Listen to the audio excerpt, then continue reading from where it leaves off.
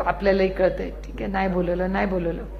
पण मी एक उदाहरण तुम्हाला देते की जेव्हा आपली सत्ता होती तेव्हा आढळराव पाटील शिरूरचे खासदार होते आणि ते शिरूरचे खासदार असताना त्यांचं नाव कौशिलेवर नव्हतं का आमंत्रणावर नव्हतं, असं काहीतरी होतं.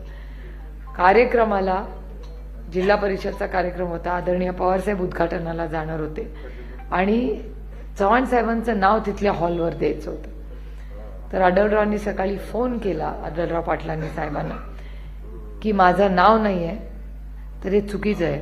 तुम्हाला आश्चर्य वाटेल की साहेबांनी कार्यक्रम कॅन्सल केला आणि सांगितलं जरी ते विरोधी पक्षात असले तरी ते शिरूरचे खासदार आहेत, शिरूरचा मान सन्मान झाला पाहिजे.